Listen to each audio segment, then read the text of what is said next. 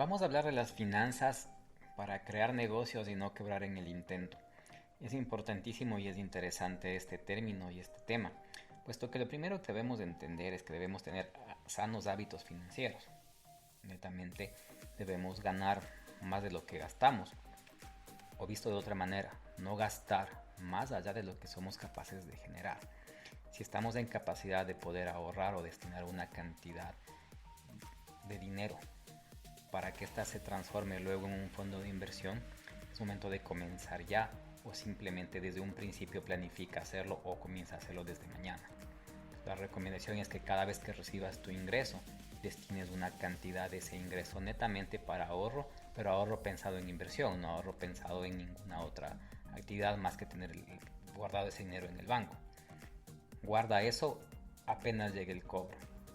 Aprenderás a vivir con lo siguiente, aprenderás a vivir con lo que te sobra y te ajustarás y te obligarás a que así sea, de manera que en un futuro cercano tengas la capacidad de pensar en invertir y de crear algún negocio. Cuando ya empezamos a hablar de un negocio, es importante entender qué es un negocio, y un negocio no es nada más que el intercambio de bienes o servicios, y de por medio está una cantidad de dinero. Estos bienes o servicios tienen que ser obviamente legales, pero que también deben tener un componente social o un componente de responsabilidad con tu país, con tu entorno, con tu región. Distinto es cuando es un pasatiempo. Un pasatiempo es una apuesta en la cual estamos intentando poner ciertos negocios o crear ciertos negocios sin una estructura y sin una identidad y sin una idea en específico. Eso no es un negocio, es un pasatiempo. Hacer inversiones en métodos Ponzi, en pirámides o en otro tipo de cosas pueden transformarse en un pasatiempo también si es que eso no se hace de una forma profesional y adecuada. Normalmente son una receta al desastre o una apuesta en el mediano plazo que lo único que hará será quitarte energía y seguramente quitarte imagen frente a futuros inversionistas o a futuros clientes.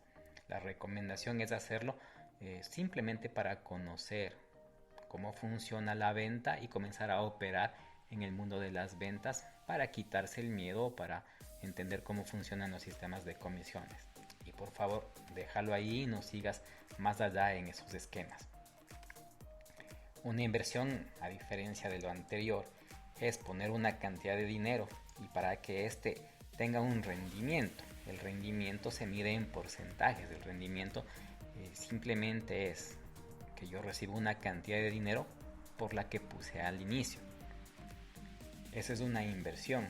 La inversión no es gastar un dinero para esperar nada a cambio, sino tener un retorno constante o un retorno una sola vez de una manera muy concreta.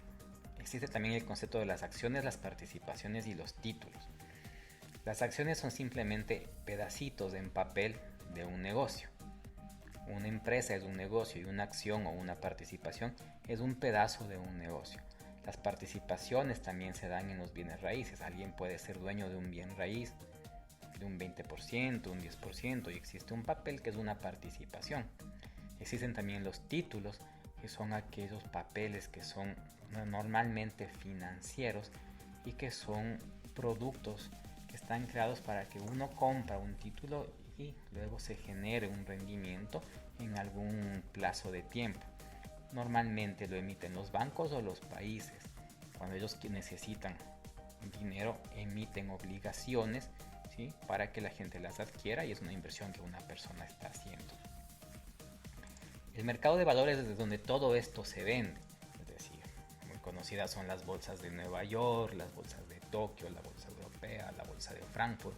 Realmente esto nació en Holanda, el concepto de bolsa, en donde se comercializan estos pedacitos o partes de negocios, estos pedacitos o partes de empresas, de manera que cualquier persona es capaz de invertir en ellos, y es como nace el trading que es la compraventa de esto, y es en donde se formaliza el valor de una compañía a través de sus resultados y su tamaño.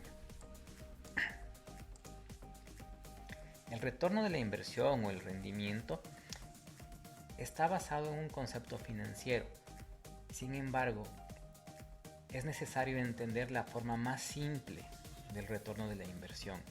Es decir, hay que entender de la cantidad de dinero que se invierte, cuánto de esto se devuelve como ganancia y en qué tiempo.